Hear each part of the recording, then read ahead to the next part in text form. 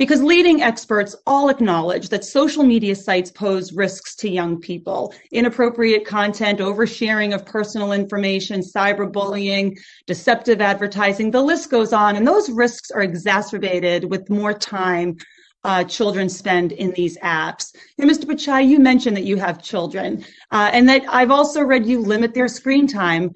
What do you say when one of your children doesn't want to put their phone down? Okay. Mr. Pichai, has Google conducted any research on the effect your products are having on the mental health of children? We consult widely with expert third parties on this area, including SAMHSA and other mental health organizations, and invest a lot of time and effort in this area. Mr. Zuckerberg, yes or no? Does Facebook have a problem with child exploitation on its platform?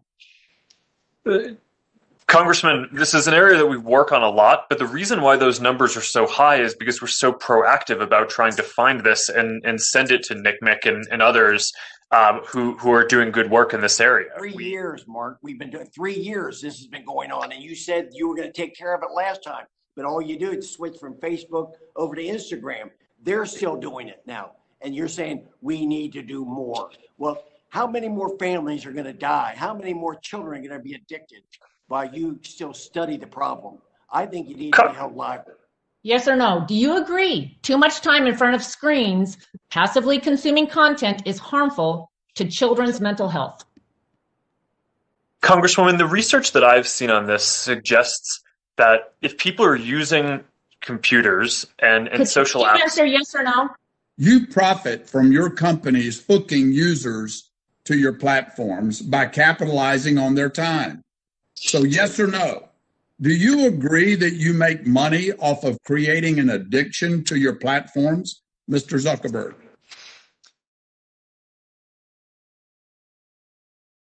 Gentleman yields back. The chair now recognizes Ms. Rogers, the ranking member of the full committee, for 5 minutes for her opening statement. Thank you, Mr. Chairman. 10 years ago, when I joined big tech platforms, I thought they would be a force for good. I thought that they would help us build relationships and promote transparency in Congress. I can testify today, I was wrong. That is not what has transpired. You have broken my trust. Yes, because you failed to promote the battle of ideas and free speech. Yes, because you censor political viewpoints you disagree with. Those polarizing actions matter for democracy. But do you know what convinced me big tech is a destructive force? It's how you've abused your power to manipulate and harm our children. Your platforms are my biggest fear as a parent. I'm a mom of 3 school-aged kids, and my husband and I are fighting the big tech battles in our household every day. It's a battle for their development, a battle for their mental health, and ultimately, a battle for their safety. I've monitored your algorithms. I've monitored where your algorithms lead them. It's frightening, and I know that I'm not alone. After multiple teenage suicides in my community, I reached out to our schools and we started asking questions. What's going on with our kids? What's making them feel so alone, so empty, and in despair? And this is what I heard over and over again from parents, pediatricians, school administrators, and teachers. They're all raising the alarm about social media. A day doesn't go by that I don't talk to friends and other parents who tell me their 14-year-old is depressed. She used to love soccer. Now they can't get her to do anything. She never gets off her device or leaves her room.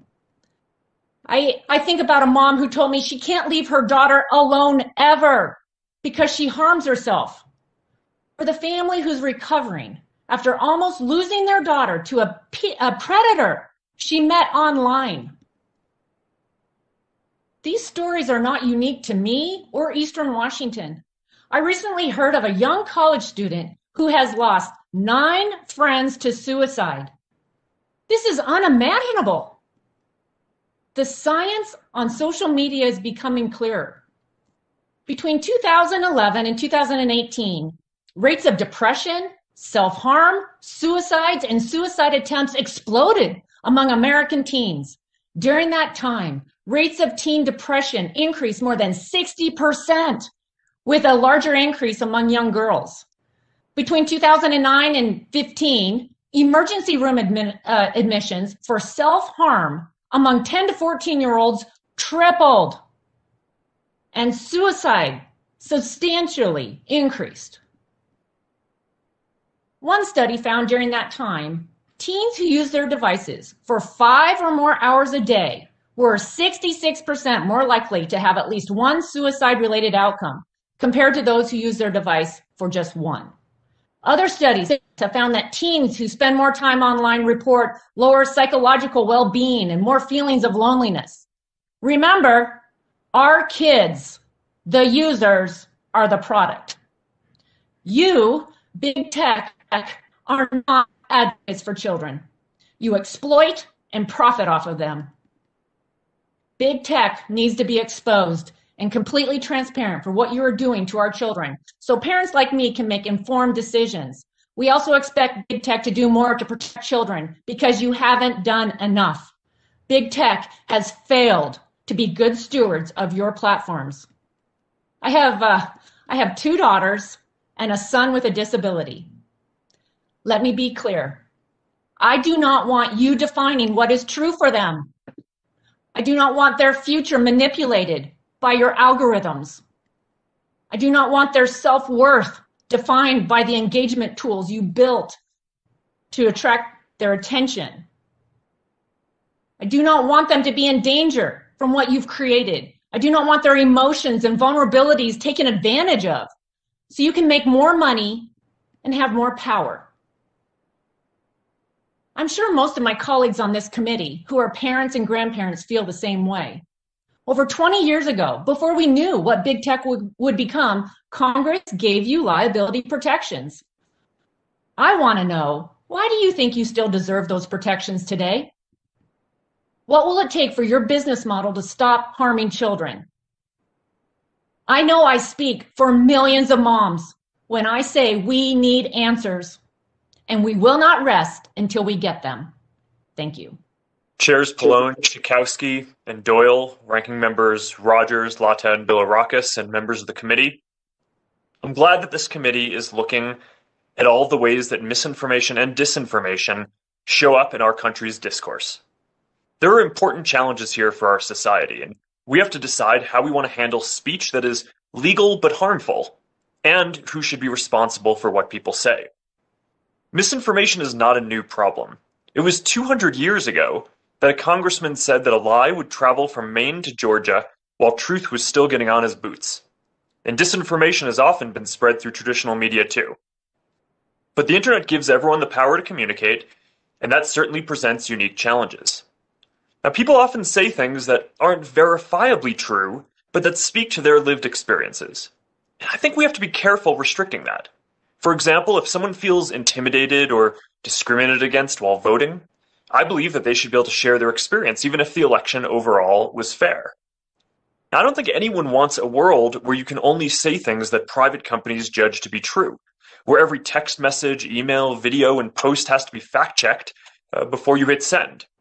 But at the same time, we also don't want misinformation to spread that undermines confidence in vaccines, stops people from voting, or causes other harms. At Facebook, we do a lot to fight misinformation. We remove content that could lead to imminent real-world harm. We've built an unprecedented third-party fact-checking program, and if something is rated false, then we add warning labels and significantly reduce its distribution. We invest a lot in directing billions of people to authoritative information. The system isn't perfect, but it's the best approach that we've found to address misinformation in line with our country's values. It's not possible to catch every piece of harmful content without infringing on people's freedoms in a way that I don't think that we'd be comfortable with as a society. Our approach was tested in 2020 when we took extraordinary steps during an extraordinary election. We removed voting misinformation, banned hundreds of militias and conspiracy networks, including QAnon, labeled posts that prematurely or wrongly declared victory, and directed people to official results. We labeled over 180 million posts. We directed 140 million people to our official voting information center, and we helped 4.5 million people register to vote. We did our part to secure the integrity of the election. And then, on January 6th, President Trump gave a speech rejecting the results and calling on people to fight. The attack on the Capitol was an outrage, and I want to express my sympathy to all of the members, staff, and Capitol workers who had to live through this disgraceful moment in our history. And I want to express my gratitude to the Capitol Police who were on the front lines in defense of our democracy.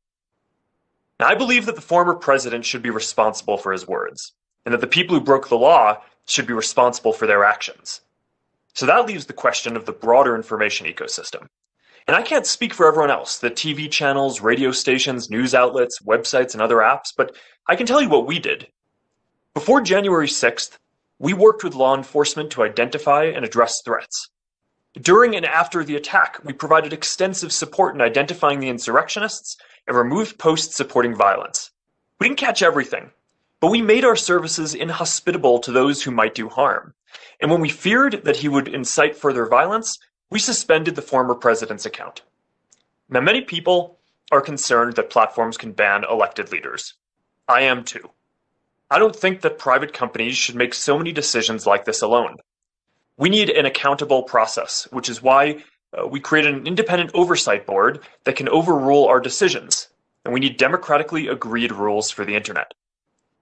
The reality is our country is deeply divided right now, and that isn't something that tech companies alone can fix. We all have a part to play in helping to turn things around, and I think that starts with taking a hard look at how we got here. Now, some people say that the problem is that social networks are polarizing us, but that's not at all clear from the evidence or research. Polarization was rising in America long before social networks were even invented, and it's falling or stable in many other countries where social networks are popular. Others claim that algorithms feed us content that makes us angry because it's good for business, but that's not accurate either. I believe that the division we see today is primarily the result of a political and media environment that drives Americans apart. And we need to reckon with that if we're going to make progress. Now, I know that technology can help bring people together. We see it every day on our platforms. Facebook is successful because people have a deep desire to connect and share, not to stand apart and fight. And we believe that connectivity and togetherness are more powerful ideals than division and discord, and that technology can be part of the solution to the challenges our society is facing. And we are ready to work with you to move beyond hearings and get started on real reform. Thank you.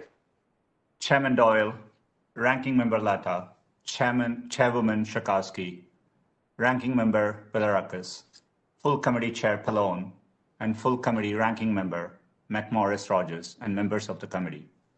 Thank you for the opportunity to appear before you today. To begin, I want to express my sympathies to those who have lost loved ones to COVID or the recent gun violence in Boulder and Atlanta. In difficult times, we are reminded of what connects us as Americans, the hope that we can make things better for our families and our communities. And we at Google are committed to that work. I joined Google because I believe the internet was the best way to bring the benefits of technology to more people.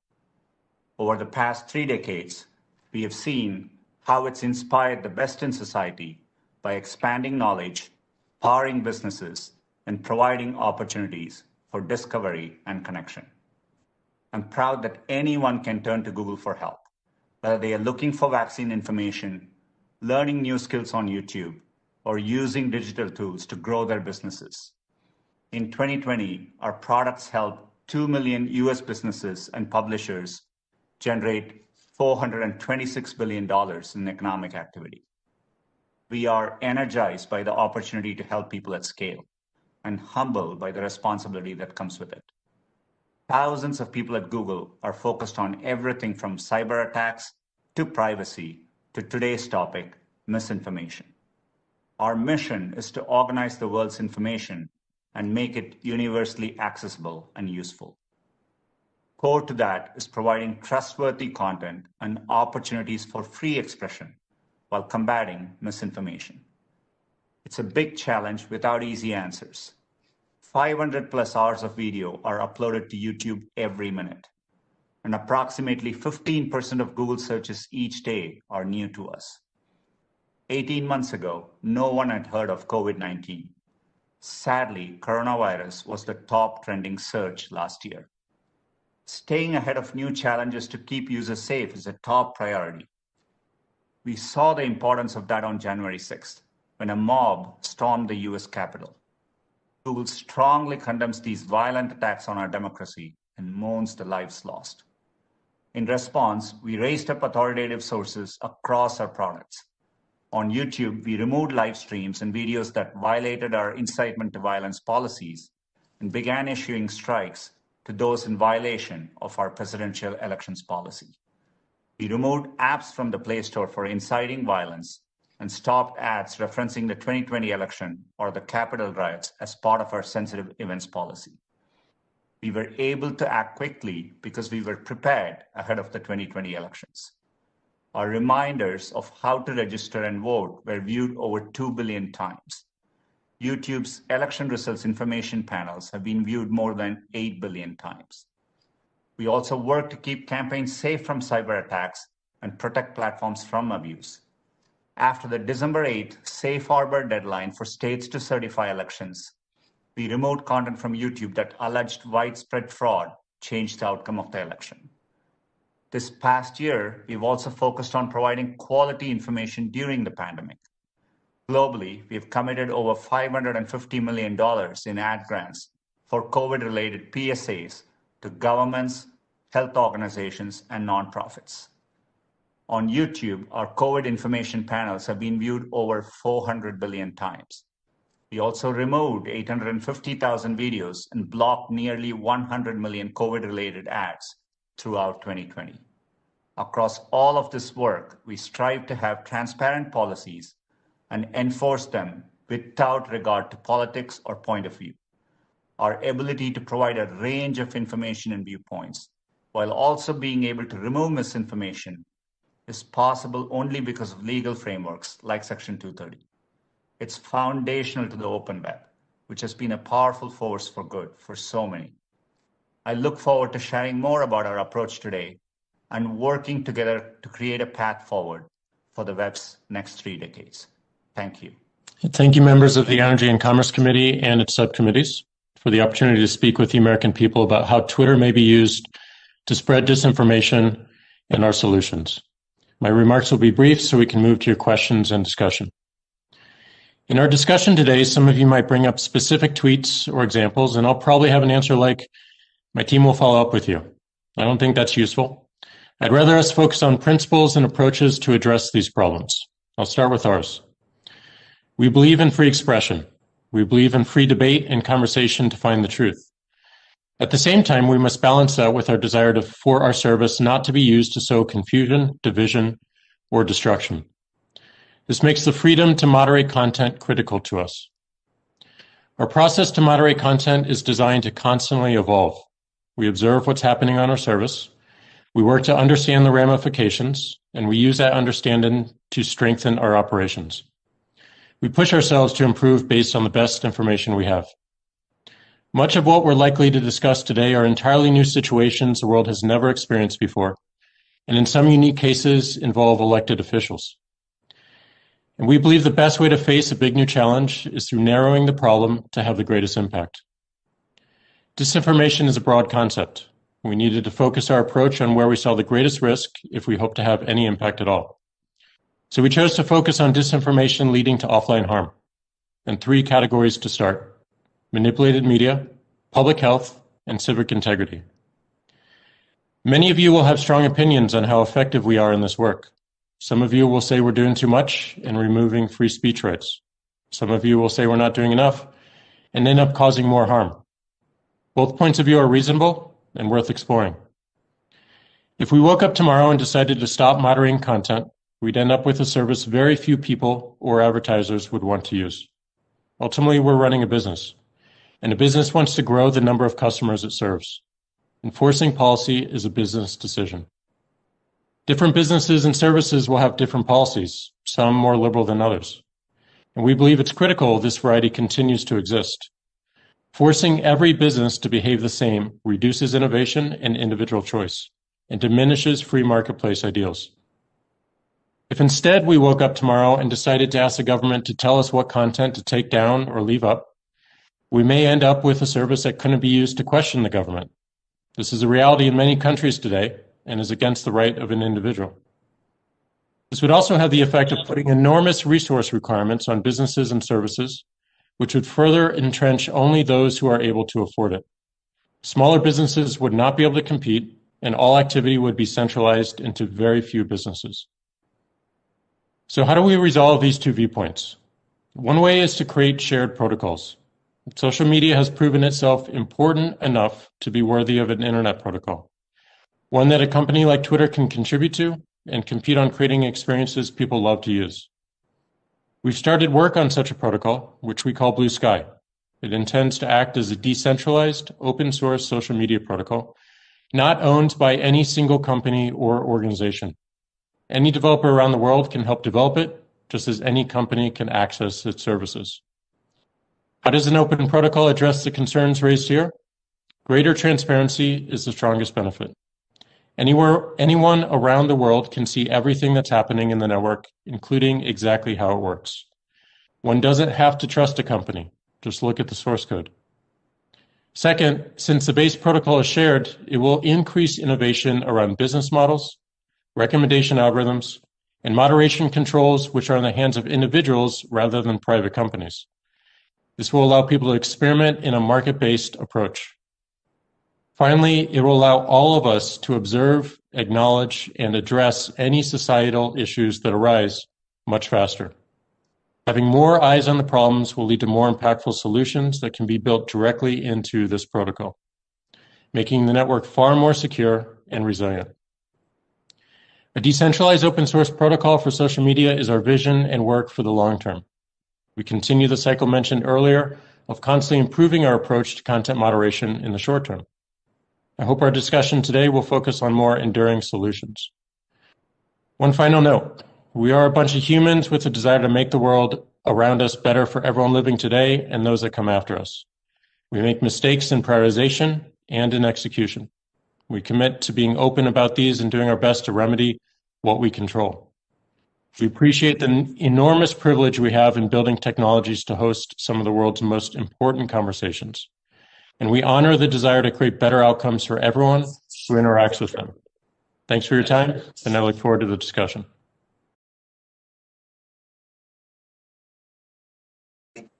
Chair now recognizes Mr. Bilirakis, ranking member of the Subcommittee on Consumer Protection and Commerce, for 5 minutes.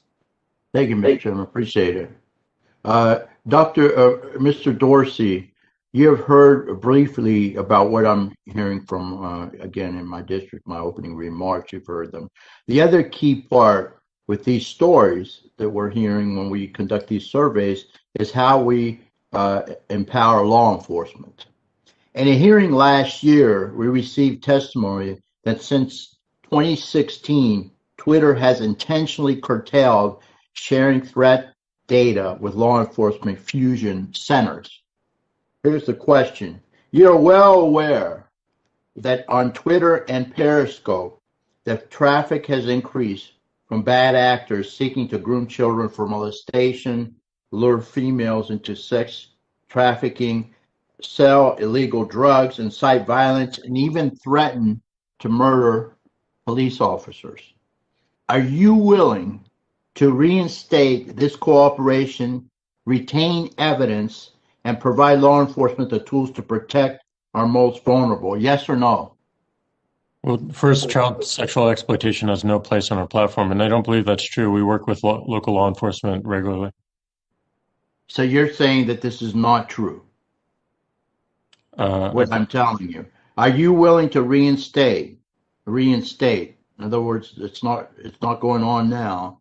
Reinstate this cooperation with law enforcement to retain evidence and provide law enforcement the tools to protect our most vulnerable. We would love to work with you in more detail on what you're seeing, but we work with law enforcement regularly. We have a strong partnership. So you're saying that this is not true, what I'm telling you? I don't believe so, but we'd love to understand the specifics. Well, you commit to doing what I'm telling you you're not doing in the future, and work with me on this. We'll commit to continue doing what we are doing. And what is that? You're saying that Working so in other words, local law enforcement. okay.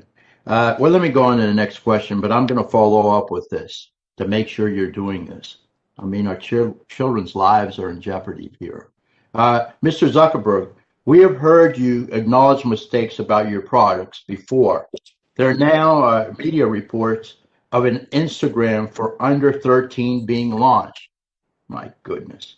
Between this and YouTube Kids, you and Mr. Pichai have obviously identified a business case for targeting this age bracket with content, and I find that very concerning, targeting this particular age bracket, 13 and under. Given these free services, how exactly will you be making money, or are you trying to monetize our children too and get them addicted early? And will you be allowing your own children to use this site with the default settings? We're talking about the site that apparently is being launched for children under 13 and under, or under 13 actually. Can you please answer that question for me? Congressman, we're early in thinking through how this service would work. There is clearly a large number of people under the age of 13 who would want to use a service like Instagram. We currently do not allow them to do that. I think what would be beneficial? What would be beneficial to our children to launch this kind of service? Well, Congressman, I think helping people stay connected with friends and learn about different content online is broadly positive. There are clearly issues that need to be thought through and worked out, including how parents can control the experience of kids, especially kids under the age of 13. And we haven't worked through all of that yet, so we haven't kind of formally announced the plans, but I think that something like this could be quite helpful for a lot of people. Excuse me. Okay, I'll reclaim my time. Mr. Pichai, your company has had failures curating content for kids. What advice would you offer your colleague here? Congressman, we've invested a lot in a one-of-a-kind product, YouTube Kids. The content there is, we work with trusted content partners. Think Sesame Street as an example of the type of channel you would find there, science videos and cartoons, and we take great effort to make sure. I got to reclaim my time. I have one last question for Mr. Zuckerberg. Do you have concerns with what has appeared on your platform hosted by YouTube? With regard to your children, but in general, do you have concerns? Yes or no? Congressman, are you asking me about YouTube? Yes, I'm asking you about YouTube. Congressman, I use YouTube to watch educational videos with my children. Yeah. Do you have concerns personally for your children and your family? Personally, do you have concerns? Congressman, my children are 5 and 3 years old. So when I watch content on YouTube with them, I'm doing it and supervising them. So in that context, no, I haven't particularly had concerns, but I think it's important that if anyone is building a service for kids under the age of 13 to use by themselves, that there are appropriate parental controls. Gentlemen's time has expired. I'm going to ask all members, too, to try to stick to our 5-minute rule so that we can get out of here before midnight. Chair will now recognize Mr. Pallone, the full committee chair, for 5 minutes. Thank you, Chairman Doyle. My questions are of Mr. Zuckerberg and Mr. Pichai, but I just want to say, after listening to the two of your testimony, you definitely give the impression that you don't think that you're actively in any way promoting this misinformation and extremism, and I totally disagree with that. You're not passive bystanders. You're not, nonprofits or religious organizations that are trying to do a good job for humanity. You're making money, and the point we're trying to make today, or at least I am, is that when you spread this information, actual misinformation, extremism, actively promote it and amplify it, you do it because you make more money. And so I kind of deny the basic premise of what you said. But let me get to the questions. Let me ask Mr. Zuckerberg, according to a May 2020 Wall Street Journal report, a Facebook researcher concluded that Facebook's own recommendation tools were tied to a significant rise in membership in extremist Facebook groups in Germany. I wrote to you last month requesting this research and related documents. I trust you'll fully cooperate with the committee's inquiry and provide all requested documents and information. But my question is, and please yes or no, were you aware of this research showing that 64% of the members in the extremist Facebook groups studied joined because of Facebook's own recommendations tools, joined these extremist groups in Germany? Were you aware of that, yes or no? Congressman, this is something that we study because we want to make sure our products improve. But I'm just asking whether you were aware of it. It's a simple question, yes or no. Were you aware of it? That's all I'm asking. Were you aware of this? Aware at what time? After we studied that? I just asked if you were aware of it, Mr. Zuckerberg, yes or no. If not, I'm going to assume that the answer is yes. Okay? Congressman, I've seen the study. It was about a content leading up to the German election, and we since made changes to the platform. Question, which relates to that. You said yes. Okay. The troubling research I mentioned demonstrates that Facebook was not simply allowing disinformation and extremism to spread, it actively amplified it and spread it. This is my point. Nonetheless, Facebook didn't permanently stop recommending political and civil groups to the United States until after the January 6th insurrection, years after it was made aware of this research. The fact that Facebook's own recommendation system helped populate extremist groups compels us to reevaluate platforms' liabilities. Now, back to that Wall Street Journal article. Facebook's chief product officer, Chris Cox, championed an internal effort to address division on Facebook and proposed a plan that would have reduced the spread of content by hyperactive users on the far left and far right. The article alleges, Mr. Zuckerberg, that you personally reviewed this proposal and approved it, but only after its effectiveness was decreased to 80%. Is that true? Yes or no, please? Congressman, we've made a lot of measures that aim to fight this content, including. Did you approve it after its effectiveness was decreased to 80%? Yes or no? Congressman, I can't speak to that specific example, but we've put in place a lot of different measures, and in the aggregate, I think that they're effective, including. Did you review the proposal and approve it?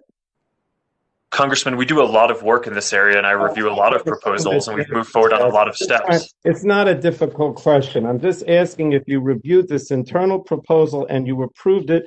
And you won't even answer that. I don't. It's so easy to answer that question. It's very specific. All right, you won't answer, right? Yes or no? Congressman, that's not what I said. I said I did review that, in addition to many other proposals and things that we've taken action on, including shutting off recommendations for civic and political groups. Did you approve it with the 80% decrease in effectiveness?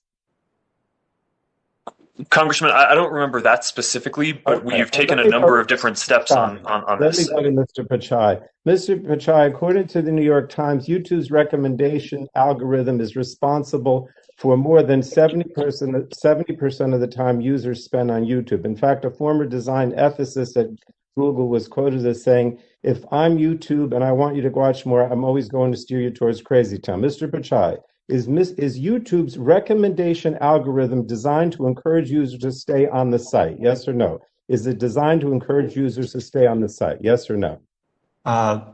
Content responsibility is her number one goal, so that trumps everything. So I'm only asking, very simple, whether your YouTube's recommendation algorithm is designed to encourage users to stay on the site. Simple question, yes or no? That's not the sole goal, Congressman. That would definitely.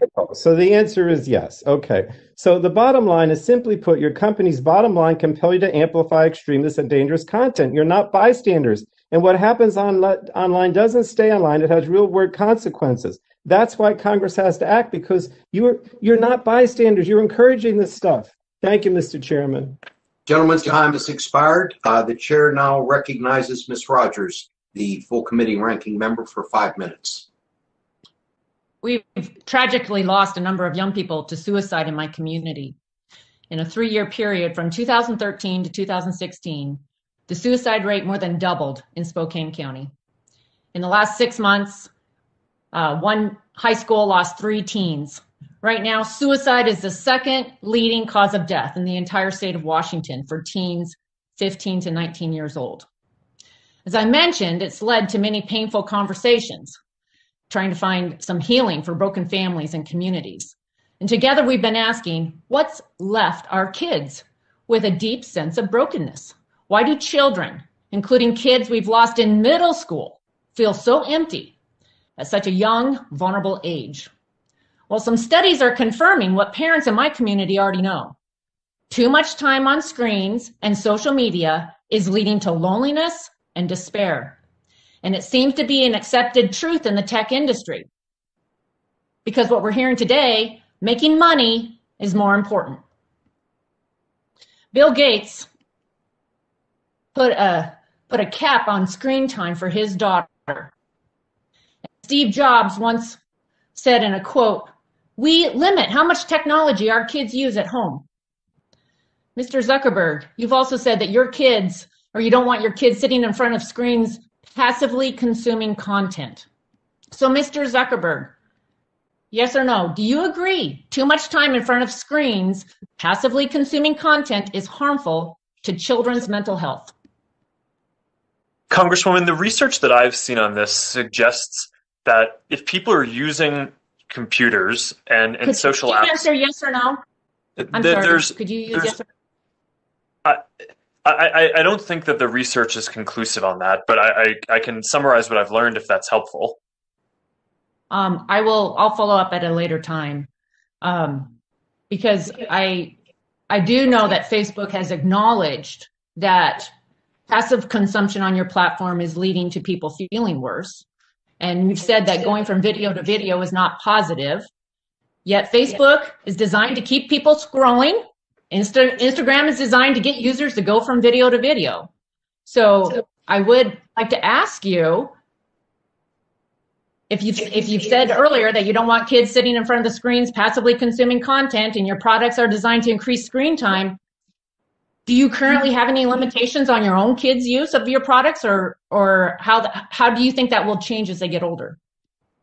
Sure, Congressman. My daughters are 5 and 3, and they don't use our products. Actually, that's not exactly true. My eldest daughter, Max, I let her use Messenger Kids sometimes to message her cousins. But overall, the research that we've seen is that using social apps to connect with other people can have positive mental health benefits and well-being benefits, like helping people feel more connected and less lonely. Passively consuming content doesn't have those positive benefits to well-being, but isn't necessarily negative. It just isn't as positive as connecting. And the way we design our algorithms is to encourage meaningful social interactions. So it's a common misconception that our teams are goaled or even have goals of trying to increase the amount of time that people spend. The newsfeed team at Facebook and the Instagram team. Thank you. Mr. Zuckerberg, I do have a couple more questions. So do you agree that your business model and the design of your products is to get as many people on the platform as possible and to keep them there for as long as possible? If you could answer yes or no, that would be great. Congresswoman, from a mission perspective, we want to serve everyone, but our goal is not, I don't give our newsfeed team, our Instagram team goals around increasing the amount of time that people spend. I believe that if we build a useful product, Okay, thank you. Thank you. We all have limited time. I think the business model suggests that it is true.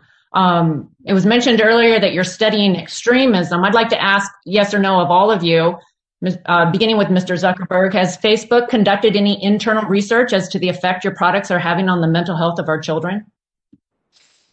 Congresswoman, I know that this is something that we try to study. Can you say yes or no? I'm sorry. I believe the answer is yes. Okay. Mr. Dorsey has Twitter? I don't believe so, but we'll follow up with you. Okay. Mr. Pichai, has Google conducted any research on the effect your products are having on the mental health of children? We consult widely with expert third parties on this area, including SAMHSA and other mental health organizations, and invest a lot of time and effort in this area. Okay. I would like to see that. It sounds like you've studied extremism. Let's get focused on our children. The chair now recognizes Ms. Taster for 5 minutes. Well, thank you, Mr. Chairman. Gentlemen, since you were last here in front of the committee, the illegal activity, the incessant surveillance of unwitting Americans, the rampant misinformation on your platforms have gotten worse. Part of the reason for this toxic stew is that you employ manipulative methods to keep people cemented to the platform, often amplifying discord, and it boosts your bottom line. You enjoy an outdated liability shield that incentivizes you to look the other way or take half measures, while you make billions at the expense of our kids, our health, the truth, and now we've seen the very foundation of our democracy. I've been working for over a year with advocates and other members on an update to the children's protections online. You all know that tracking and manipulation of children under age 13 is against the law. But Facebook, Google, YouTube, and other platforms have broken that law or have found ways around it.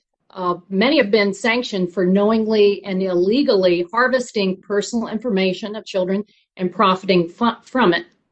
I have a question for each of you. It's a quick yes or no. Did you all watch The Social Dilemma, where former employees of yours or other big tech platforms say they do not allow their kids on social media?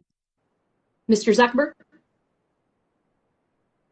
Congresswoman, I haven't seen it, yes, but I'm obviously familiar with it. Yes, sir. Okay. Mr. Pichai, yes or no? Yes, I've seen the movie. And No.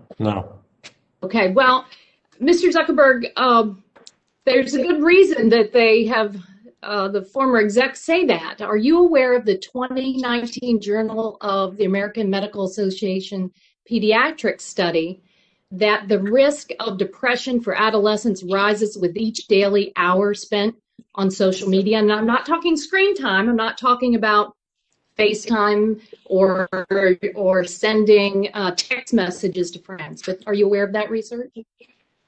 Congresswoman, I'm not aware of that research.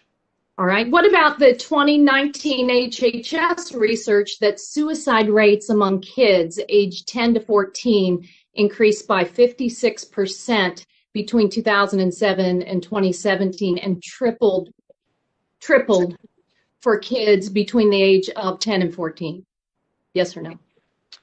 Congresswoman, I'm aware of the issues. Yes, certainly. You are also aware of the research that indicates a correlation between the rise in hospital admissions for self-harm and the prevalence of social media on phones and the apps on platforms that are designed to be addictive and keep kids hooked.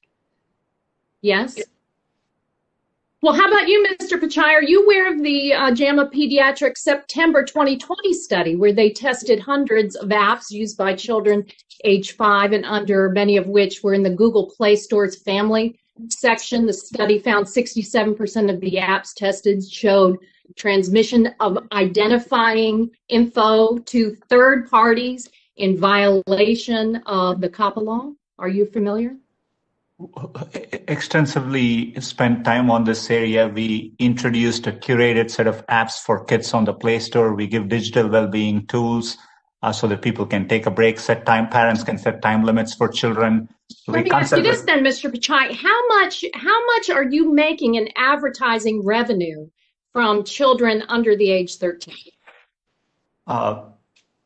Most of our products, other than a specific product designed for kids in YouTube, most of our products are not eligible for children under the age of 13. So you're not going to provide that. Mr. Zuckerberg, how much advertising revenue does Facebook, do you make from behavioral surveillance advertising targeted towards kids under age 13? Congresswoman, it should be none of it. We don't allow children under the age of 13 on any of the services that run advertising. Oh, are you saying that there are no kids on Instagram under the age of 13 right now?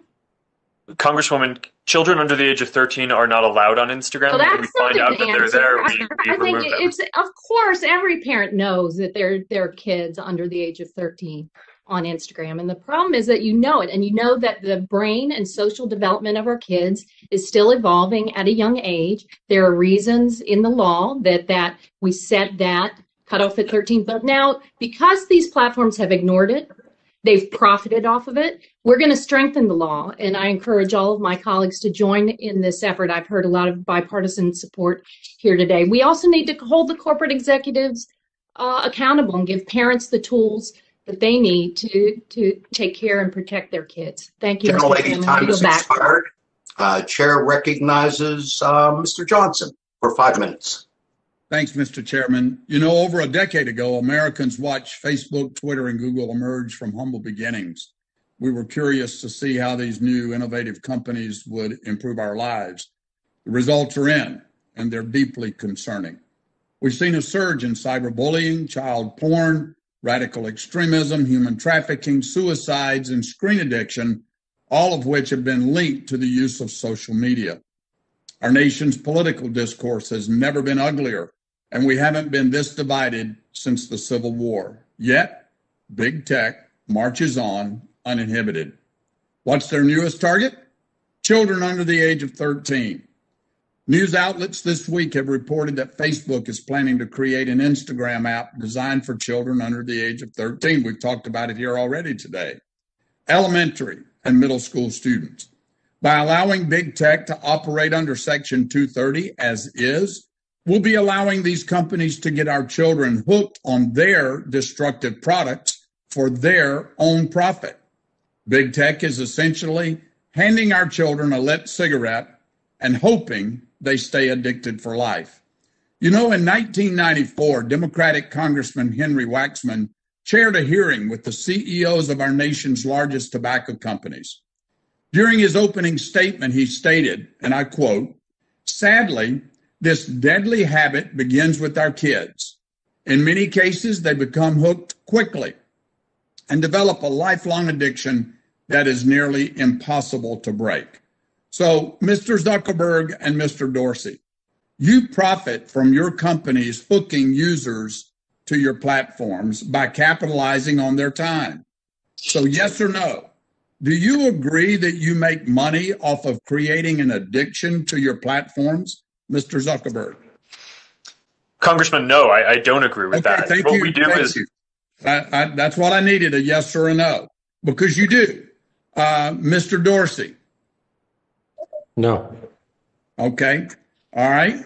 Let me go on. Mr. Chairman Waxman went on to say, and I quote, "For decades, the tobacco companies have been exempt from the standards of responsibility and accountability that apply to all other American corporations.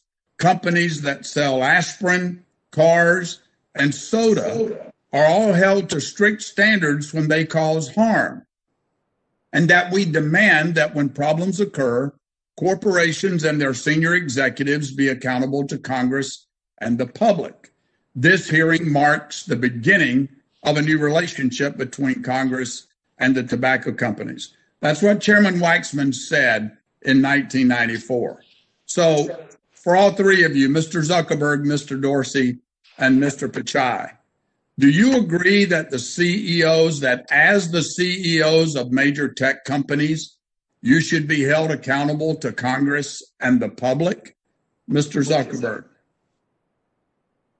Congressman, I think we are accountable to Congress and to the public. Do you think you should be held accountable?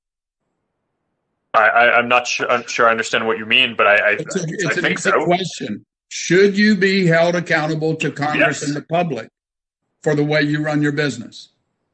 Yes, and we are. Okay. All right. Thank you. Mr. Dorsey? Yes, accountable to the public. Okay. Well, no, I said accountable to Congress and the public. We represent the public. So you agree? Yes. Okay. Thank you. Mr. Pichai?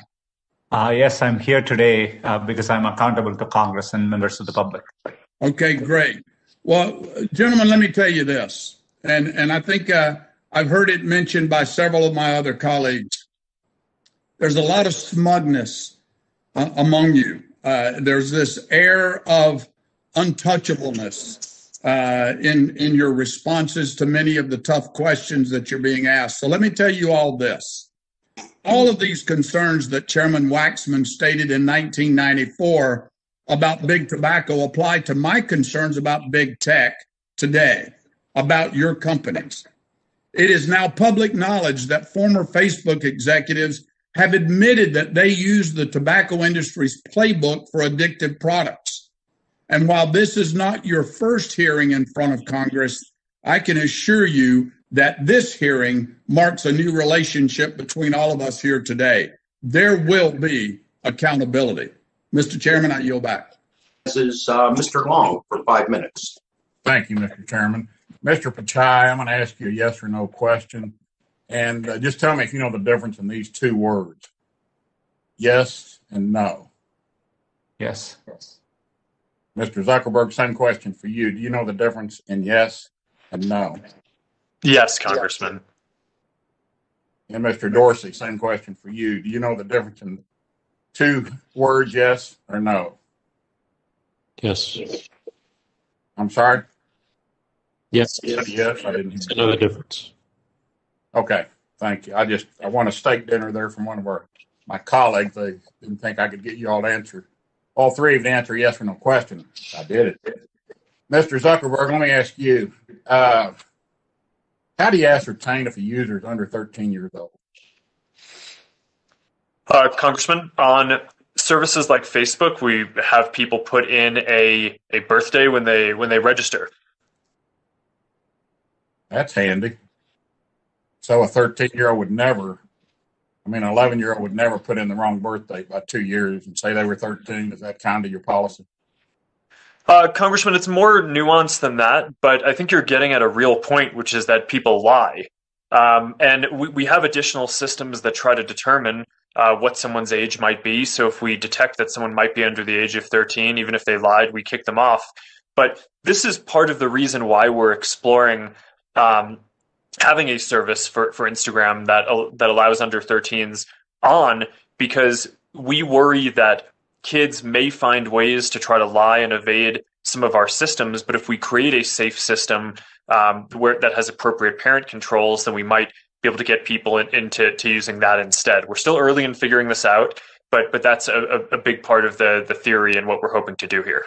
But currently, they're not allowed to use Instagram, correct? That's correct. Our policies do not allow people under the age of 13 to use it.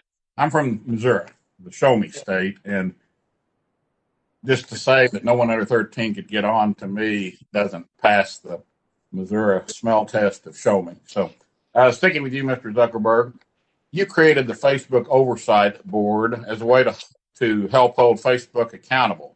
They are currently looking at Facebook's decision to remove President Trump's Facebook account. If the Oversight Board determines that Facebook should have left President Trump's account up, what will you do? Congressman, we will respect the decision of the Oversight Board, and if they tell us that former President Trump's account should be reinstated, then we will honor that. I don't know why people call Attorney General Ashcroft Attorney General, but when they speak of President Trump, they just call him former president. But I guess I'll leave that for another day. Sticking with you again, Mr. Zuckerberg, it's my understanding is that Facebook Oversight Board is comprised of members from all over the world. As you're well aware, the United States has the strictest protections on free speech than any other country. Since the decisions of the board are being made by a panel rather than the U.S. Court of Law, how can you assure members of this committee and the American people that the Oversight Board will uphold free speech and make their decisions based on American laws and principles? Congressman, the members of the Oversight Board were selected because of their views on free expression and strong support of it. That's why we created the Oversight Board, to help us defend these principles and to help us balance the different aspects of human rights, including free expression. But each of the people on the Oversight Board was selected because of a strong commitment to free expression. And I think the decisions that the Oversight Board has made so far reflect that. Okay, let me move on to Mr. Dorsey. Mr. Dorsey, I know you're from the Show Me State also. Have you been vaccinated against COVID-19? Not yet. Mr. Pichai, have you been vaccinated against COVID-19? Sorry, I missed the question, Congressman. Have you? I know I bore a lot of people. Have you been vaccinated against COVID-19? Congressman, I was very fortunate to have received it last week. So you have one shot, you have another one to go, or is it just Johnson & Johnson, or you just need one? I still have one more shot to go. And Mr. Zuckerberg, same question. Have you been vaccinated against COVID-19? I have not yet, but hope to as soon as possible. Okay. It's not a personal preference not to get vaccinated. You just haven't got to your age group, or? That's correct. Okay. Thank you. And I just cannot believe Robert Kennedy Jr. is out there with his anti-vax stuff, and it's allowed to stay up on Twitter. With that, I yield back. I don't see a name. Can staff show us who's next? Mr. Welch, you're recognized for 5 minutes. Thank you, Mr. Chairman.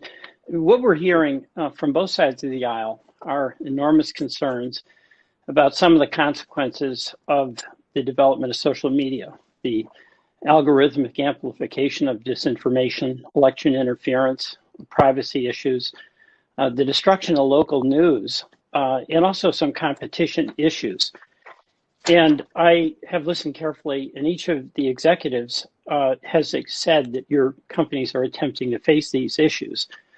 But a concern I have is whether, when the public interest is so affected by these decisions and by these developments, ultimately, should these decisions be made by private executives who are accountable to shareholders, or should they be made by elected representatives accountable to voters?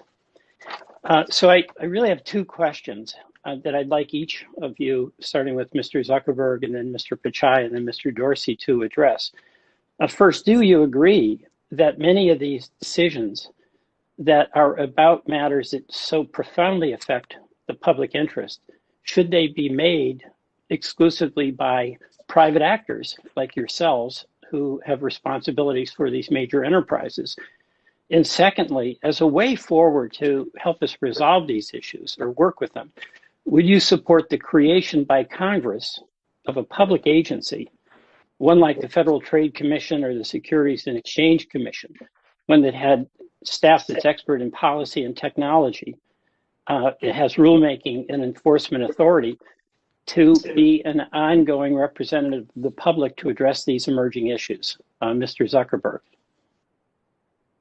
Congressman, I agree with what you're saying, and I've said a number of times that I think that private companies should not be making so many decisions alone that have to balance these complicated social and public equities. And I think that the solution that you're talking about could be very effective and positive for helping out, because what we've seen in different countries is around the world is there are lots of different public equities at stake here: free expression, safety, privacy, competition, and these things trade off against each other. And I think a lot of these questions and the reason why people get upset at the companies, I don't think it's necessarily because the companies are negligent. I think it's because these are complex trade-offs between these different equities. And if you pardon my interruption, but I want to go to Mr. Pichai. But thank you, Mr. Zuckerberg. Congressman, if your question is, I just want to make sure, are you asking about whether there should be another agency? I defer to Congress on that. We are definitely subject to a variety of statutes and oversight by agencies like FTC. We have consent decree agreements with FCC, and we engage with these agencies regularly. But do you believe that it should be up to the public, as opposed to private interests, to be making decisions about these public effects? We definitely think areas where there could be clear legislation informed by the public, I think that definitely is a better approach. I would say the nature of content is so fast changing and so dynamic. You know, we spend a lot of area hiring experts, consult with third parties, and that expertise is needed, I think, based on the nature and of that's the problem we have in Congress, because an issue pops up and there's no way we can keep up with it. You all can barely keep up with it yourself. Mr. Dorsey, your view on those two questions, please. Yes, I don't think the decision should be made by private companies or the government. which is why we're suggesting a protocol approach to help the people make the decisions themselves, have more control themselves. So does that mean that the creation of an agency that would be intended to address many of these tech issues that are emerging is something you'd oppose or not? Well, I always have an open mind. I want to see the details of what that means and how it works in practice. Well, of course. But the heart of it is creating an entity that has to address these questions of algorithmic transparency, of algorithmic amplification, of hate speech, of disinformation, of competition, and to have an agency that's dedicated to that, much like the Security Exchange Commission was designed to stop the rampant abuse on Wall Street in the 30s. A public sector entity that is doing this, not just leaving it to private companies. Yeah. I do think there should be more regulation around the primitives of AI, but we focus a lot of our conversations right now on the outcomes of it. I don't think we're looking enough at the primitives. Thank you. I yield back.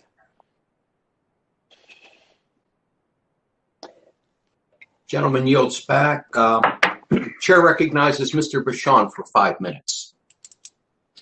Thank you, Mr. Chairman. And first of all, I want to thank the witnesses for being here today. It's going to be a long day, and appreciate your testimony and your answering questions. I do think it's important to understand history, excuse me, when you look at these situations. And, when it comes to the political side, when Thomas Jefferson wanted to get out an anti-Adams message, even though he was his own vice president, he started his own newspaper because it was pretty clear that the newspapers that were being published weren't going to change their view because there was no competitive reason to do that.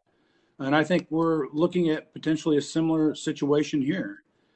Without competition, things don't change. I mean, it'd be interesting to know the conversations with John D. Rockefeller in the early 1900s, prior to the breakup of Standard Oil in 1911, and then of course AT&T in 1982. So I understand that these are businesses, they're publicly held companies. I respect that. I understand that. I'm a capitalist. That said, these situations are a little different, I think, because there's some social responsibility here. And I appreciate your answers that your companies are doing what you believe are necessary. But so I want to add, I'm going to take the antitrust angle here. And Mr. Pichai, what do you think? What's the situation when you have Google? 92% of the searches are Google. You basically can't get on the internet without some sort of Google service. What do you think? What do you think is going to happen? What do you think we should do about that? Congressman, we definitely are engaged with conversations as well as lawsuits in certain cases. We understand there will be scrutiny here. We are a popular general purpose search engine, but we compete vigorously in many of the markets we operate in. For example, majority of our revenue comes from product searches, and 1 in 2 product searches originate with Amazon today in the US. So we definitely see a lot of competition by category. There are many areas as a company, we are an emerging player, be it making phones or when we are trying to provide enterprise software, we compete with other larger players as well. And if you look at last year and look at all the new entrants in the market, new companies that have gone public and emerged strongly, in tech shows that the market is vibrant and dynamic. As Google, we have invested in many startups. Former Google employees have started over 2,000 companies in the past 15 years. And so, I see a highly dynamic, vibrant, competitive tech sector, and we are committed to doing our part. Okay, fair enough. Mr. Zuckerberg, do you have some comments on that subject?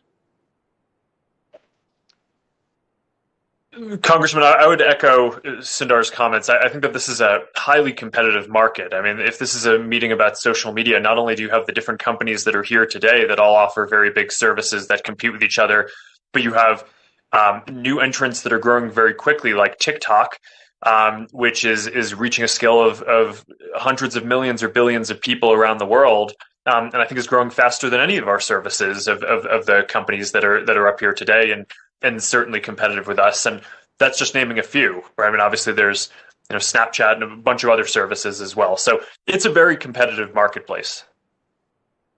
Do you think, and I'll ask you this, Mr. Zuckerberg, I think you've commented that some of the privacy things that maybe the Europeans did would kind of solidify your dominance as a company. So what should we do in the United States on this? Because it's a different subject, but similar, to not do something that would stymie innovation, competition, and further, in my view, further create a monopolistic, or at least a perceived monopolistic environment.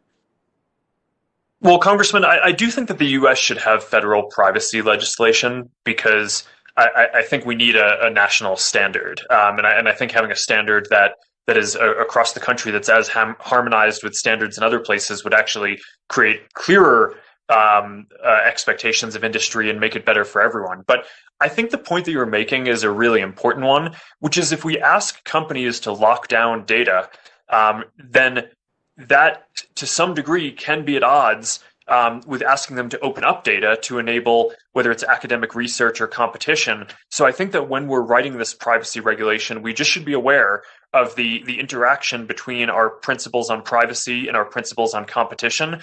And that's why I think a more holistic view, like what Congressman Welch was just proposing, I think is perhaps a good way to go about this. Okay, quickly, Mr. Dorsey, do you have any comments on that? One of the reasons we're suggesting more of a protocol approach is to enable as many new entrants as possible. Okay. We want to be a client on that. I want to thank you. Time has expired. The chair recognizes Mr. Duncan for 5 minutes. Thank you, Mr. Chairman. Let me first say that Democrats are repeating disinformation about the motives of the murderer in Atlanta during a hearing on disinformation is irony at its worst. The murderer admitted that he was a sex addict. The problem was addiction, mental illness. While my thoughts and prayers go out to the families who were impacted by this hideous crime, it was not a hate crime. And to say so is disinformation. Mr. Dorsey, is it okay for a white male to tweet a picture of a KKK Klansman hood to a black woman? No, that would go against our hateful conduct policy. Just this week, black conservative commentator Candace Owens was sent a tweet from a white liberal depicting a KKK hood, and your support center said that racist harassment of a conservative didn't violate your terms of service. What do you have to say about that? We removed that tweet. Okay, thank you for doing that. Also this week, Syrian refugee Ahmad al-Alawi Alisa, a Biden-supporting Muslim, allegedly murdered 10 people at a grocery store in Boulder, Colorado. Your support center told Newsweek that referring to this gentleman as a white Christian terrorist wasn't a violation of your misinformation policy. What do you have to say about that? I don't know that case, but we can follow up with you on it. Thank you. Your promises from the last hearing that you'll work on this or make it better ring completely hollow sometimes, so I ask that you do. You've censored and taken down accounts of conservatives, Christian, and even pro-life groups. At the same time, liberals, tyrants, and terrorists continue to have unfettered access on Twitter. You're able to take down the account of a sitting United States president while he was still president, but you continue to allow state sponsors of terror to use Twitter as a platform, including the Ayatollah Khamenei, Javad Zarif of Iran, or even Bashar Assad of Syria. You act like judge and jury and continue to hide behind the liability protections in Section 230 of the Communications Decency Act, which Congress set up to foster a free and open internet. You think you're above the law because, in a sense, Congress gave you that power, but Congress gave you that liability shield to one end. That was the protection of innocent children. Catherine McMorris Rodgers knocked it out of the park today, hammering the point where children are vulnerable. But let's look at the John Doe versus Twitter case that's ongoing right now. According to the National Center of Sexual Exploitation, a teenage boy, a victim of child sex trafficking, had images of his abuse posted on Twitter. One of those videos went viral and he became the target of bullying to the point of being suicidal. He contacted you to alert you that his sex abuse images were on your platform. You failed to take them down. His mother contacted you to alert you, and again, you failed to take them down. They called the police and they followed up with you with a police report. Your support center told the family that after review, the illegal video was not a violation of your terms of service. In the meantime, the illegal video accrued over 167,000 views. It took a threat from Homeland Security agent to get Twitter to take down the video. Even then, you took no action against the accounts that were sharing it and continue to share sexually explicit videos of minors in clear violation of the law and in clear violation of your duties under Section 230 of the Communications Decency Act as they were passed. So in the eyes of Twitter, it's better to be a pedophile pornographer, a woke racist, or a state sponsor of terror than it is to be a conservative, even a conservative president. You've abused Section 230 liability shield we gave you to protect children and used it to silence conservatives instead. As we've heard today, your abuses of your privilege are far too numerous to be explained away and far too serious to ignore. So it's time for your liability shield to be removed. Your immunity shield and the immunity shield of other woke companies who choose to score political points with their immunity shields rather than protect children. My colleagues have been asking you if you deserve to continue to receive immunity under Section 230. Let me answer the question for you. No, you don't. Y'all think you do, but you don't, because you continue to do a disservice to that law and its intent. The United States Constitution has the First Amendment, and that should be your guide, protecting the speech of users of your platform instead of treating them like hostages and forcing things through algorithms to lead them down a path. The American people really are tired of you abusing your rights, abandoning their values. So one of the Christian leaders that you banned, Mr. Dorsey, had as her last post a scripture verse that you took down, and I want to leave it with you here today. Psalm 34:14. Depart from evil and do good. Seek peace and pursue it.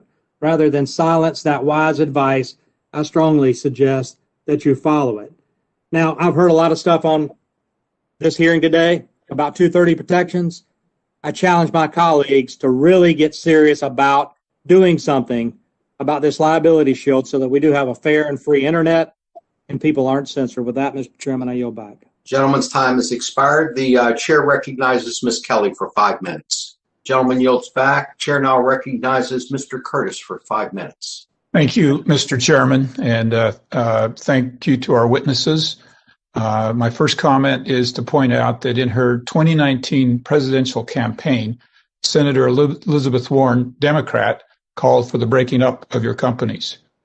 Several weeks ago, in his speech at CPAC, Senator Josh Hawley, Republican, also said that big tech companies should be broken up. I don't think I need to point out the irony of Josh Hawley validating Elizabeth Warren at CPAC. There seems to be a train wreck coming. Unfortunately, the very few tools that we have in our tool bag are regulation and breaking up. Mr. Zuckerberg, I read through your terms of service, including the Dense Community Standards document. In your terms of service, you state that you cannot control and do not take responsibility for content posted on your platform. The Community Standards document, which is frequently cited as why content is or is not censored, says you sometimes make content moderation decisions based off what's considered best for the public interest or public discourse. I know in your testimony you said that companies need to earn their liability protections. That's great, but that doesn't address the concerns people understandably share about your past or current views on what is or is not acceptable. How do you claim you cannot take responsibility and therefore should maintain your liability protections for content posted on your site, but at the same time state that your platform will monitor content based off what's in the public's best interest? That appears to be two-sided. Congressman, thanks. People use our services to share and send messages billions of times a day. And it would be impossible for us to scan or understand everything that was going on. And I don't think that our society would want us to take the steps that would be necessary to monitor every single thing. I think that we would think that would infringe on our freedoms. So broadly, I think it's impossible to ask companies to take responsibility for every single piece of content that someone posts. And that, I think, is the wisdom of 230. At the same time, I do think that we should expect large platforms to have effective systems for being able to handle, broadly speaking, categories of content that are clearly illegal. So we've talked today about child exploitation and opioids and sex trafficking and things like that. And I think it's reasonable that to expect that companies have systems that are broadly effective, even if they're not going to be exactly perfect, and there are still going to be some pieces of content that inevitably get through, just like no police department in a city is going to be able to eliminate all crime. I've got to jump in only because we're out of time. I would love to spend more time on that with you. Let me also ask you, Utah is known for Silicon Slopes, our startup community. You've called for government regulation, but some view this with skepticism because larger companies tend to deal with regulation much better than small companies. If you think back to your college days, the early startup phase of Facebook, what challenges do you see for startups to compete, and what cautions should Congress consider as we look at regulation that potentially could be a barrier for companies that just might be your future competition? Thanks. I think that this is a really important point whenever we're talking about regulation, and I want to be clear that the recommendations that I'm making for Section 230, I would only have apply to larger platforms. I think it's really critical that a small platform, the next student in a dorm room or in a garage, needs to have a relatively low as possible regulatory burden in order to be able to innovate and then get to the scale where they can afford to put those kind of systems in place. So I think that that's a really important point to make. But I think that that goes for the content discussions that we're having around 230. It probably also applies to the privacy law that I hope that Congress will pass in this year or next year to create a federal U.S. privacy standard. And I also think that we should be exploring proactively requiring things like data portability that would make it easier for people to take data from one service to another. Thank you. I've got just a few seconds left. And Mr. Pichai, this is a little bit off topic, so I'm simply going to ask this question and submit it for the record and not ask for a response. Almost a decade ago, your company started Google Fiber. You introduced gig speed and free internet to all the residents of my home city, Provo, Utah. Sadly, it seems like your efforts to do this across the country were slowed down or even stopped by excessive government regulations. I'd love you to share off the record, and I'll submit it for the record, why government is making it so hard to expand internet across the country. Thank you, Mr. Chairman, and I yield my time. Chair now recognizes Ms. Lesko for 5 minutes. Mr. Zuckerberg, this has been brought up before. Do you believe that your platform harms children? Congresswoman, I don't believe so. This is something that we study and we care a lot about. Designing products that improve people's well-being is very important to us. And what our products do is help people stay connected to people they care about, which I think is one of the most fundamental and important human things that we do, whether that's for teens or for people who are older than that. And again, our policies on the main apps that we offer generally prohibit people under the age of 13 from using the services. Gentlelady's time has expired. Chair recognizes Ms. Rice for 5 minutes. Mr. Zuckerberg, do you believe that veterans hold a special status in our communities and have military training, making them prime targets for domestic terrorists and our adversaries seeking to foment insurrection? Congresswoman, I certainly believe that veterans hold a special place in our society. I haven't seen much research. Did you see on the National Mall and at the Capitol, there were rioters who arrived in combat gear who were armed with tactical equipment? Did you see those images, yes or no? Yes. Okay. Have you personally talked to the Iraq and Afghanistan Veterans of America, IAVA, about disinformation campaigns targeting veterans? No, Congresswoman, I have not personally, although our team certainly is in contact with a number of these groups as we set up our policies. Have you talked to the Vietnam Veterans of America about disinformation campaigns targeting veterans? Congresswoman, I can get back to you on whether our team has consulted with them specifically, but broadly Please when our teams... Do you believe that veterans and military service members are just like other Americans in that they are susceptible to the impulses in human psychology that Facebook exploits to drive engagement?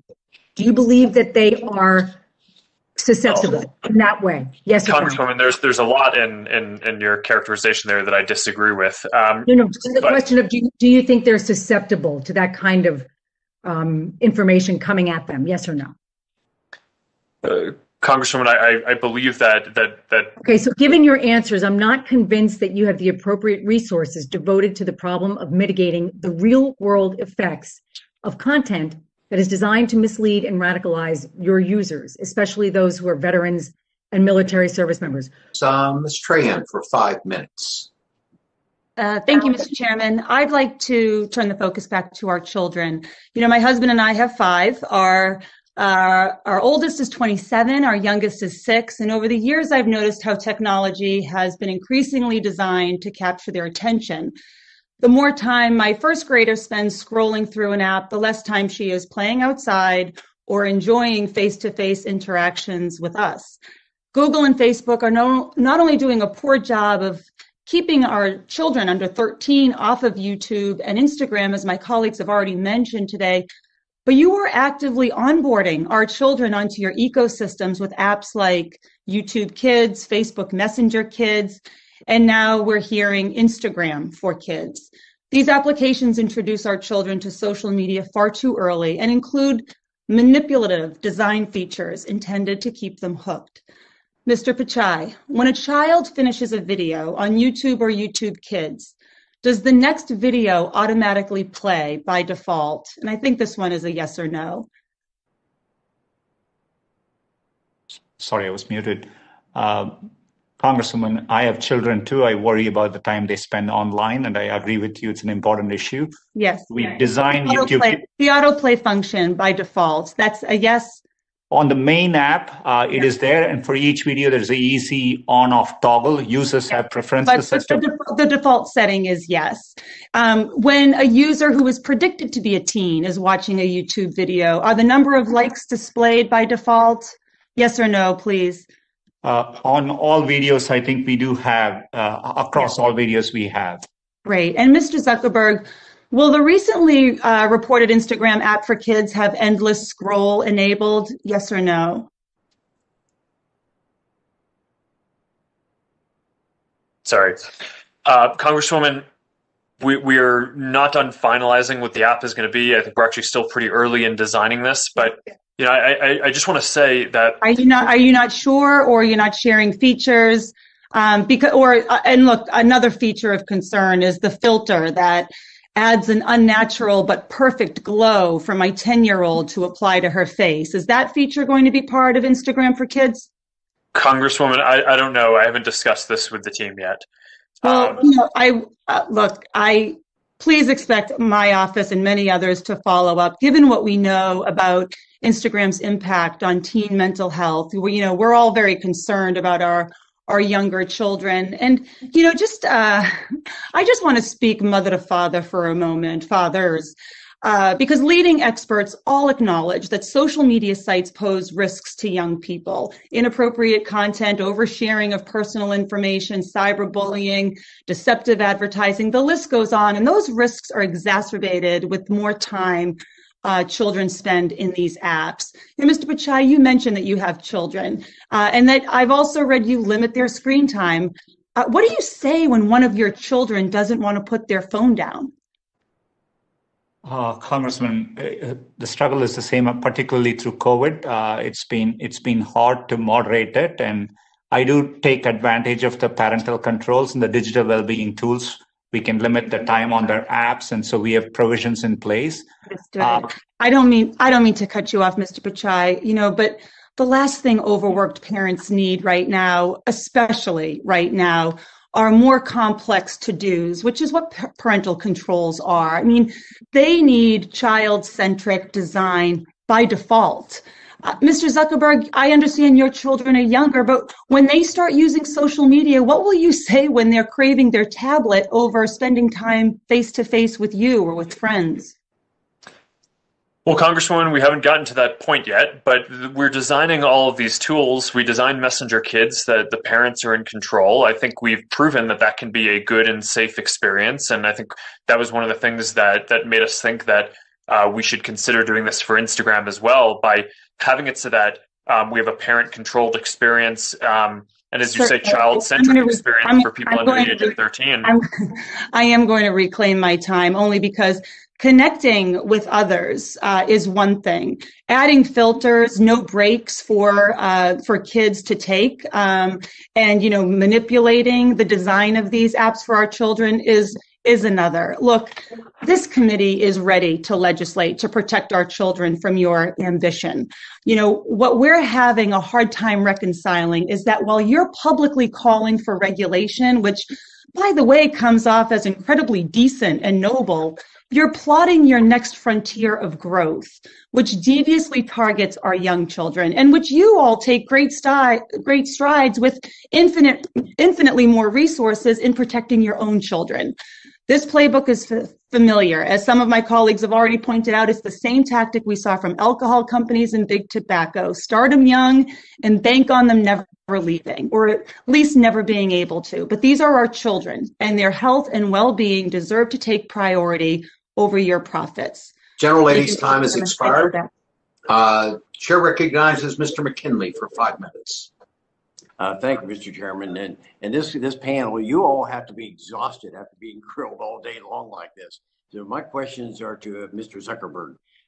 When you came before our committee in 2018, you acknowledged that Facebook had used what you just said, clear standards preventing the sale of illegal drugs on your site. But you were shown examples of active posts that traffickers were still using that platform unlawfully to sell prescription opioids. Now, you did apologize and confirm that, quote, social media companies need to do a better job of policing these posts, close quote. Now, 3 years later, it appears a shell game is emerging.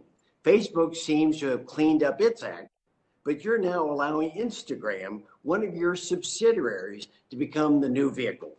Even though Instagram has the same policies against the sale of illegal substances, you're still allowing bad actors to push pills on your site. Look, it didn't take long for our staff to find numerous examples. For example, here's oxycodone that is being sold on your site. Here's Ritalin that's being sold on your site. Here's Xanax, an Adderall that's being sold on your site. So these posts they're not new. They've been active since last fall. If we can find posts this easily, shame on you for not finding them for yourself. Apparently, you're not taking the warnings of Congress seriously. After drug manufacturers dump millions of pills into our community, killing thousands, ravaging families, and destroying livelihoods, Congress responded by passing laws to hold them liable. If a retail store is selling cigarettes or other to underage kids, that store is held liable. So why shouldn't you be held liable as well? Do you think you're above the law? You're knowingly allowing this poison to be sold on your platform into our communities, to our children, to our vulnerable adults. Look, I've read Scott Galloway's book, The Four. I encourage all the members on this committee to read it as well. It's a perfect depiction of the arrogance of big tech companies like Facebook, Google, Apple, and Amazon. He develops a very compelling argument as to why big tech companies should be broken into smaller companies, much like that occurred in AT&T in 1984. Maybe it's time for Congress to have an adult conversation about this loss of liability protection and the need to reform our antitrust laws. I don't think Congress wants to tell you how to run your company, but maybe it should. So, Mr. Zuckerberg, let me close with this one question. And so don't you think you'd find a way to stop these illegal sales on your platforms if you were held personally liable?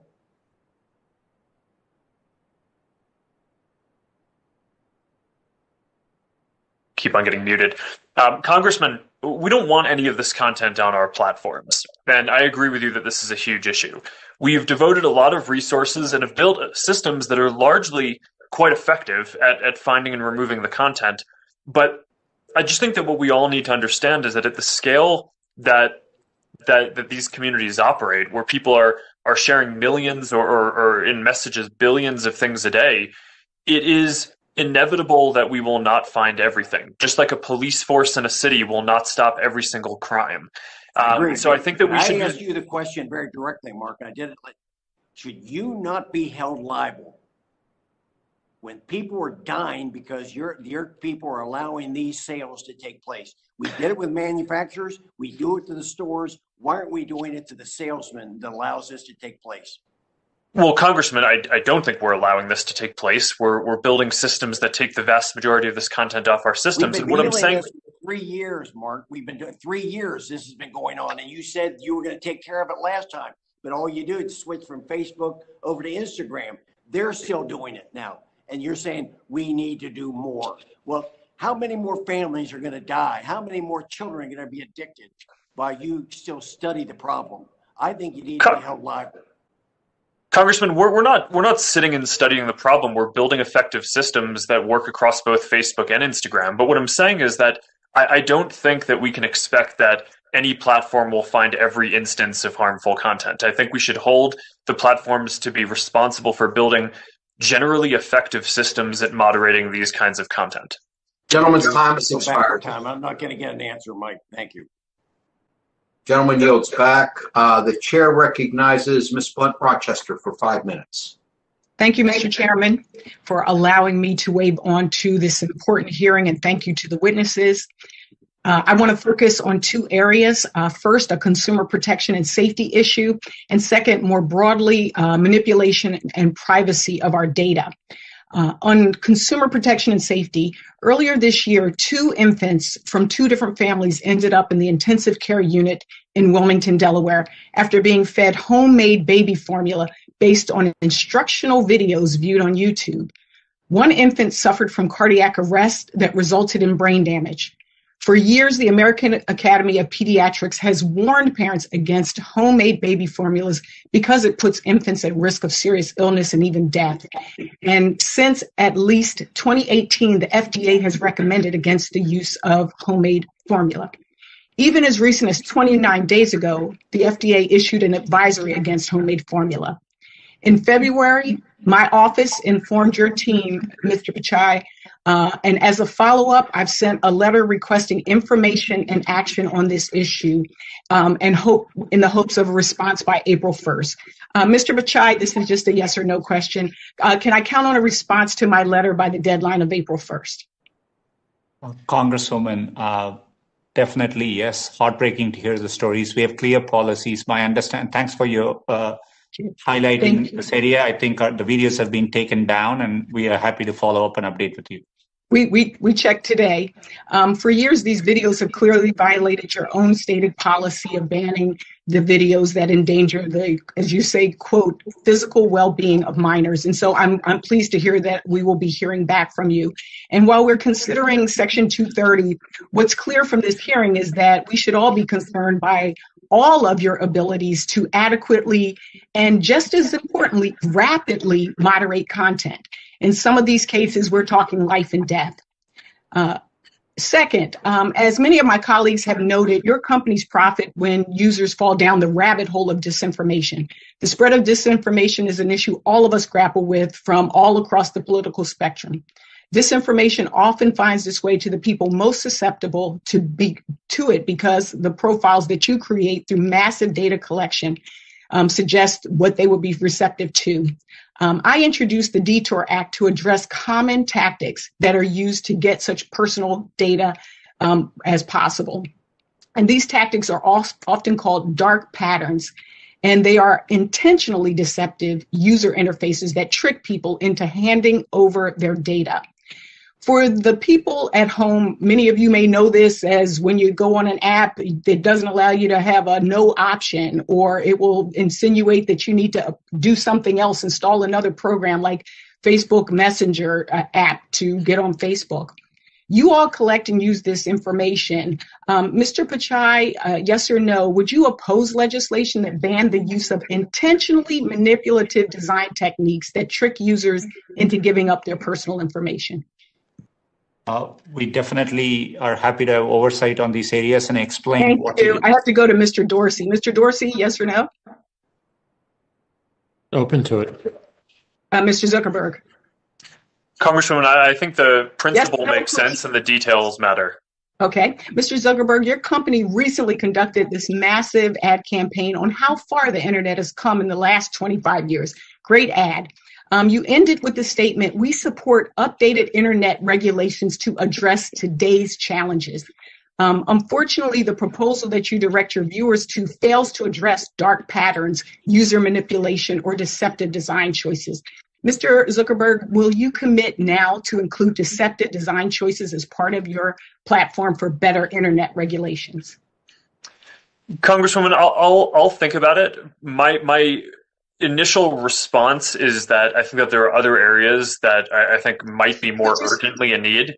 That might be your, if you say this is a desire of yours to address the issues that we face today, dark patterns goes back to 2010, this whole issue of deceptive practices, and I hope that you will look into it.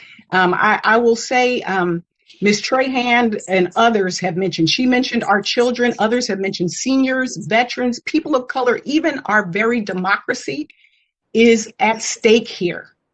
We must act and we will assure you we will act. Thank you so much. And Mr. Chairman, I yield back 6 seconds. I thank the gentle lady. Gentle lady yields back. And now the chair recognizes Mr. Griffith for 5 minutes. Thank you very much, Mr. Chair. According to new data from the National Center for Missing and Exploited Children, Cyber Tipline found that the vast majority of child exploitation reports were on big tech sites. Facebook had the most, 20.3 million. Google was second with 546,000 plus. Twitter had 65,000 plus. Put in perspective, MindGeek, the Canada-based parent company of major porn websites, had 13,229. Facebook claims 90% of the flagged incidents were duplicates. All right, let's accept that. That still leaves over 2 million incidents. 2 million incidents. Mr. Zuckerberg, yes or no? Does Facebook have a problem with child exploitation on its platform? Congressman, this is an area that we work on a lot, but the reason why those numbers are so high is because we're so proactive about trying to find this and send it to NCMEC and others who are doing good work in this area. We send content and flags over to them quite liberally whenever we think that we might see that something is an issue. And that's, I think, what the public should want us to do, not criticize us for sending over a large number of flags, but should encourage the companies to be doing this. You're admitting that you all have a problem, and this is one way you're trying to work on it. Mr. Pichai, yes or no? Do you agree with Mr. Zuckerberg that you all have a problem?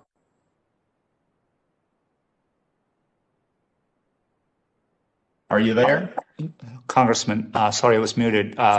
This is an area which we invest very heavily. We have been praised by several authorities. We work proactively. So the answer is yes. Mr. Dorsey, yes or no? Do you agree? If we see any problems, we try to resolve them as quickly as possible. But you do have problems, and that's why you're trying to resolve them. I get that. The problem is when you're talking about millions of incidents, and we take 90% of them as duplicates from the Facebook data, that's millions of incidents that are happening where our children are being exploited with child pornography on you all sites. We got to do better. I think you all need, for everything that we've talked about today, an independent industry-wide review team like the electronic industry did with the Underwriters Laboratory nearly 150 years ago.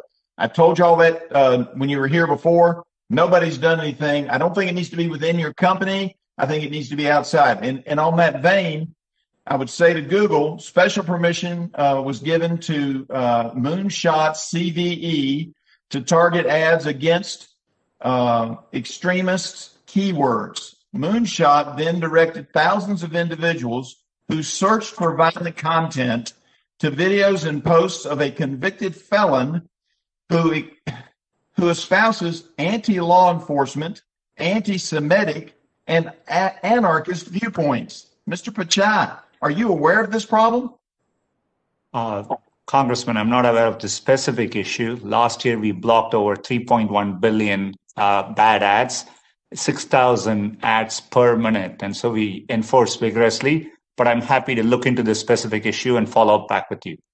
Well, here's what happened. You partnered with an outside group that didn't do their job. What are your standards when you partner with an outside group? What are your standards and what are your philosophy? Because they sent people who were already looking for violence to a convicted felon with anarchist and anti-Semitic views. There is no place for hate speech, and I am disappointed to hear of this. We will definitely look into it and follow back with you. Well, and I appreciate that. I recognize that, but I had the same concerns that Mr. McKinley had, and you weren't here last time, but we heard these same kinds of things about how we're going to work on it and how we're going to get these problems resolved. And I forget when that hearing was, but a year or so ago. And yet we continue to have the same problems where political candidates' information is being taken down because for some reason it's flagged, where conservatives and people on the left are being hit and taken down. And I agree with many of the sentiments on both sides of the aisle that if you all aren't doing anything and it appears that you're not moving fast enough, we have no choice in Congress but to take action. I don't want to. I'd rather see you all do it like the electric industry did with Underwriters Laboratory. But nobody's doing that. Nobody's coming up with a group that both sides of the aisle and the American families can feel comfortable with. And so we're going to have to take action, and it's probably going to be this year. I yield back. Gentleman yields back. The chair recognizes Ms. Schreier for 5 minutes. Thank you, Mr. Chairman. I'm a pediatrician, and I've spent my life calming patients who are nervous about vaccines because of online misinformation. In fact, that's why I introduced the Vaccines Act when I was a new member of Congress. Did you know that there are doctors who, after spending their entire day on the front line fighting this virus, they come home at night and spend their scarce free time and family time fighting misinformation about vaccines online? And this misinformation, of course, comes primarily from Facebook and Twitter. So the question is, why do they do that? Well, they do it because of things like this that happened after I introduced the Vaccines Act. Here are some overt threats. Keep shoving this vaccine mantra down people's throats and expect riots. Be careful, you will answer for this tyranny one day. She needs to just disappear. Can we vote her out of office? I'm enraged over these poison pushers. We have weapons and are trained to fight off possible forced vaccinations. I will die protecting my family. And then there's just the misinformation. It says safe and effective many times, yet no vaccine has been studied in a double-blind study. False. Who's going to take this vaccine? I heard rumors that it changes a person's DNA. False. You do not give, excuse my language, you do not give a shit about the health and welfare of our children. This horrid vaccine has already killed 600 people. You're deplorable. And of course, that again is false. So while the overt threats are unsettling, particularly after January 6th, I think about this whole ecosystem, your ecosystem, that directs a hostile sliver of society en masse to my official Facebook page. And these are not my constituents. In fact, most came from two specific groups that directed their members to my page. Mr. Zuckerberg, I have some questions for you. I know you understand these issues are important, and sometimes misinformation can be very hard to spot. Would you agree? Congresswoman, I agree with both of those. This is important, and the enforcement processes can be difficult. Thank you. And I heard your answer earlier to Representative Upton's question that there are 35,000 people doing content review of posts that have been flagged by users in AI. Can you tell me what content review means and how many of those 35,000 are dedicated to topics regarding health? Congresswoman, yes, what the people are doing overall is, content gets flagged either by the AI systems or by another person in the community. And if the AI can't by itself determine that something either violates or doesn't, then it gets flagged for human review and human judgment. And the 35,000 people go through all those different cues, focused on all of the different types of harms that we've discussed today. I don't have the number off the top of my head about how many of them are focused on vaccine misinformation. But as you know, we have a policy that doesn't allow vaccine misinformation, and we work with the WHO and CDC to take down false claims around COVID. and the vaccines around that could cause harm. That's where it really gets tricky, because you have to have experts and healthcare professionals who really understand. Are your people trained in healthcare to really even be able to discern what's real, what's fake, and what to take down? Congresswoman, the people who set the policies either are experts in these areas or engage in a consultative process where they talk to a lot of these different folks. In this case, we largely defer to the CDC and WHO on which claims they think are going to be harmful. And then we try to break that down into kind of very simple protocols that the 35,000 people can follow and that we can build into AI systems to go find as much of that content proactively as possible without requiring all those people to be medical experts. So with my short time remaining, I would love to jump to that part about the CDC, because I want to turn my attention to the COVID Resource Center that you describe as a central part of your efforts to fight misinformation. It directed over 2 billion people to the COVID-19 Information Center. But on that information page, almost all of the content links to additional Facebook pages. It looks to me like an extension of Facebook's walled garden that just keeps users on the site instead of linking directly to authoritative trusted sources like the CDC. So knowing that your platform is a large source of misinformation, did you consider just referring people directly to sites like the CDC rather than keeping them within your platform? Congresswoman, I think we have considered both, and I think we have done both in different cases. The team is very focused on building this in the way that's going to be most effective at getting people to actually see the content. And I believe that they've concluded that showing content from people who within a person's community that they're going to trust on the service is one of the most effective things that we can do. General Lady's time has expired. Thank you. I yield back. The chair now